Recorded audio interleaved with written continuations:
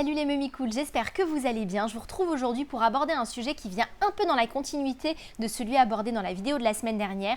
Aujourd'hui, on va parler de temps pour soi. Avant de commencer cette vidéo, vraiment, je tenais à vous remercier, mais vraiment à vous remercier très fort parce que si vous regardez le nombre d'abonnés sur cette chaîne, en ce moment, vous êtes de plus en plus nombreux, de plus en plus nombreuses à rejoindre la chaîne La Mère Alex et je trouve ça super. Moi, ça me remplit de joie de savoir que mes idioties intéressent des gens.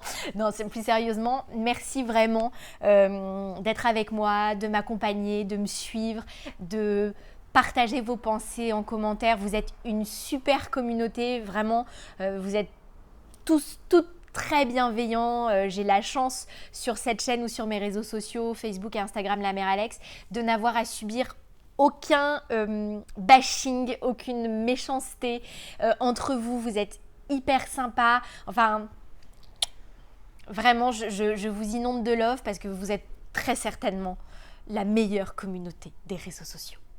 Après cette déclaration d'amour, on passe au sujet qui nous intéresse, qui est donc prendre du temps pour soi. J'ai remarqué que vous aimiez bien ces vidéos un peu papotes, où on prenait le temps un peu de parler de choses qui font notre quotidien ou qui peuvent représenter des difficultés pour nous en tant que maman.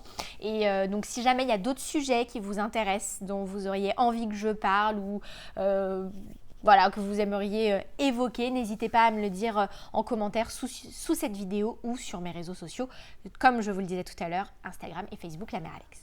J'ai voulu vous parler de prendre du temps pour soi parce que c'est effectivement très lié au fait de lâcher prise, mais pour moi ça fait vraiment une différence, c'est-à-dire que c'est pas exactement la même chose.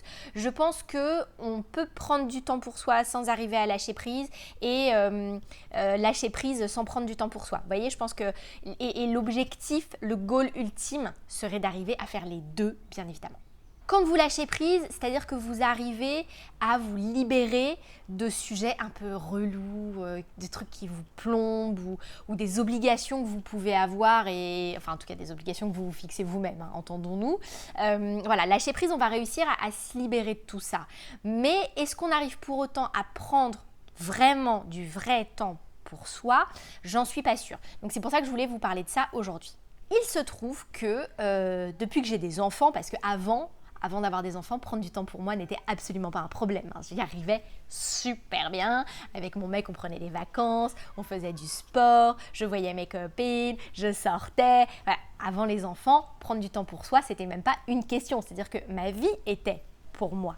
Aujourd'hui, depuis que j'ai des enfants, c'est complètement différent. D'ailleurs, même régulièrement avec mon mec, on se fait des blagues. C'est-à-dire que si par exemple je viens vers lui pour lui faire des petits câlins, des petits bisous et tout, il me dit « Ah bon ?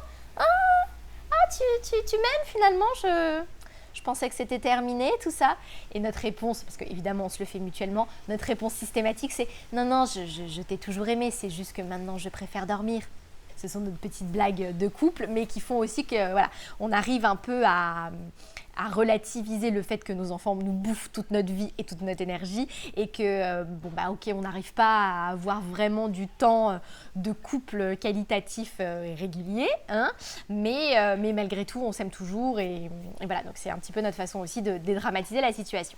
Vous l'aurez compris, passer du temps avec son mec fait partie du temps pour soi, mais on n'y arrive pas forcément tout le temps. Alors, prendre du temps pour soi, je vous avoue que j'ai vraiment compris ce que ça voulait dire il y a peut-être 1 an, en fait. Parce que pendant longtemps, je faisais des trucs un peu aberrants, c'est-à-dire que pour moi, prendre du temps pour moi, il fallait que ce soit un temps sérieux. Vous voyez, c'est-à-dire qu'il me fallait une journée, un week-end, une demi-journée complète. En deçà, ça comptait pas. C'était pas du temps pour soi. Du coup, évidemment, je n'y arrivais absolument jamais. Parce que dans mon idéal de jeune maman, prendre du temps pour moi, c'était larguer mes enfants, partir au spa, me faire un massage, un soin du visage, aller chez le coiffeur, manucure, pédicure, séance de shopping, etc. Ça, c'était du temps pour soi. Et en fait, tu te rends compte assez rapidement que non, tu n'arriveras jamais à ça parce que c'est trop long. Et puis en plus, objectivement, moi de plus en plus, ça me saoule. Aller chez l'esthéticienne, ça me gave. Aller chez le coiffeur, j'y vais pas très souvent. Donc c'est vraiment pas des trucs qui, moi, m'épanouissent. Alors évidemment, c'est extrêmement personnel, hein. C'est tout à fait personnel. Pour moi, prendre vraiment du temps, ça va être me poser dans mon canapé bien cosy, bien confortable, avec un bon film, mon tricot et un thé. Ça, pour moi, aujourd'hui, c'est du temps perso ultra quali. Voilà, l'heure et demie. Vous voyez comment j'ai baissé mon niveau d'exigence, c'est-à-dire que je suis passée de un week-end à 1 heure et demie. Et il se trouve qu'on peut aussi prendre du temps pour soi sur de beaucoup plus courtes périodes. Et le meilleur exemple que j'ai à vous donner, et je pense que ça va parler à toutes celles qui m'écoutent, quand vous venez d'accoucher, est-ce que ces 5 minutes, même 2, même 3 minutes que vous passez seul sous votre douche chaude ne sont pas les plus appréciables de votre journée? Vous vous souvenez de cette période où vous avez l'impression que vous allez mourir, mais en quelques minutes, ne serait-ce que parce que vous vous douchez, que vous êtes seul, que vous êtes sous l'eau chaude, et bien vous arrivez à vous ressourcer. Et bien en fait, il faut vous souvenir de ça, de cette sensation et de ce moment, et de l'exploiter dans votre quotidien de maman à plus long terme. Et réussir. Alors peut-être pas tous les jours, parce que je sais que tous les jours c'est très difficile, mais au moins 1 à 2 fois par semaine, réussir à vous aménager même 5 minutes. Et je vous assure que 5 minutes, quand on déconnecte vraiment son cerveau et qu'on se pose, eh ben ça recharge les batteries. Vous pouvez faire 5 minutes de méditation. Je crois que sur l'application Petit Bambou par exemple, vous pouvez faire des méditations de 5 minutes. Moi je sais que j'aime bien me mettre sur ma terrasse, fermer les yeux et écouter les oiseaux pendant quelques minutes. Et de faire le vide comme ça, en respirant, etc., ça me fait vachement de bien. Quand je suis dans un moment un peu speed, juste de m'asseoir pour regarder, scroller sur Instagram avec un thé ou un verre de jus de fruits, ça me fait du bien. De juste réussir à déconnecter sur une petite période. Et au final, si on arrive à apprécier ces tout petits moments, eh ben, ils nous permettent de surmonter le rush du soir, comment on appelle ça encore? Le tunnel, hein, vous le savez, le tunnel à partir de 18h, quand il faut donner le bain, préparer le dîner, ranger le dîner, lancer la machine de couche lavable, coucher les enfants, lire les histoires, donner le sein pendant 3 heures à celui qui ne veut pas s'endormir, relire une 4e histoire à celle qui pleure parce qu'elle a fait un cauchemar la veille et qu'elle a besoin de parler et qu'elle s'est embrouillée avec sa copine dans la journée et qu'elle a besoin de vous raconter ça. Voilà, ce tunnel-là par exemple, si pendant que vos enfants prennent leur dîner, vous vous asseyez avec eux et vous avez une petite conversation calme, sympathique et chaleureuse avec eux où ils vous racontent leur journée, et bien ces quelques minutes, ça vous détend un peu, plutôt que de profiter de ce temps-là pour, un petit peu comme je fais bien sûr, pour ranger à droite, à gauche, machin. Vous êtes en train de vous speeder. Une fois que vos enfants ils auront fini de manger, vous allez vous speeder parce qu'une fois qu'ils ont fini de bouffer, c'est là que vous entrez en action. Tandis que si vous vous asseyez avec eux, moi je sais que de plus en plus, j'essaye. Je m'installe et je tricote. Parce que c'est un truc, ça me fait un bien fou, tricoter.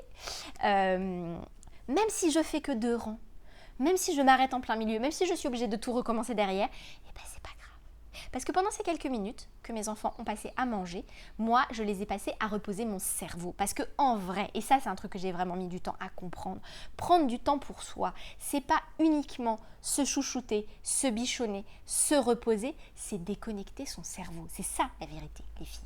J'avais dit que je ne dépasserais pas les 10 minutes pour le tournage de cette vidéo. Ça y est, je suis à 10 minutes. Bon, bref. Mais donc je vais essayer de m'arrêter là. Pour les vidéos papotes, je voudrais ne pas dépasser les 10 minutes parce que je trouve que c'est une bonne durée pour une fille toute seule qui est face à sa caméra et qui raconte sa vie. Donc tout ça pour vous dire, mesdames et messieurs, peut-être, on ne sait pas, prendre du temps pour soi, c'est pas forcément long, c'est pas forcément incroyable, mais ce sont des petites choses qui vous font du bien et qui vous permettent de survivre à ce qui va arriver après.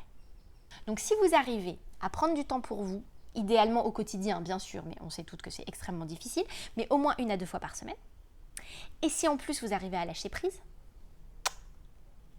là vous êtes au max. Et je dois vous avouer que je pense que je suis sur le bon chemin. Parce que là par exemple, je vous parle. Avant ça, ce matin, j'ai un peu rangé chez moi, mais je suis face à 3 panières de linge blindax, comme ça. Je les regarde depuis plusieurs jours. J'avoue, ça me saoule parce que c'est sur mon canapé et ça m'empêche de chiller complètement paisiblement.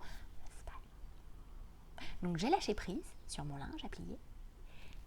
J'ai déjeuné tranquillou devant une série Netflix. Ce matin, j'ai fait mes max. Regardez-moi ce teint. N'est-ce pas merveilleux? Bon, j'ai toujours des cernes évidemment parce que j'ai passé une nuit horrible. Pas la faute de mon fils, hein, j'ai très mal dormi. Eric aussi, on a tous très mal dormi. Bref. Donc du coup, j'étais fatiguée, j'avais mal au dos. J'ai fait du pilates, ça m'a fait du bien. J'ai fait des trucs pour chez moi, j'ai répondu à des mails, j'ai fait des trucs importants, mais pas que. Et j'ai pris du temps pour moi. Un peu plus que 10 minutes pour le coup, parce que je suis de repos et que mes enfants sont gardés. J'arrête avec mes blablateries pour aujourd'hui. J'espère que cette vidéo vous aura plu, qu'elle vous aura donné peut-être des petites pistes pour vous aider à vous sortir de votre marasme et de votre speed et de vos angoisses de mère à la vie pourrie. Je les connais, ces périodes.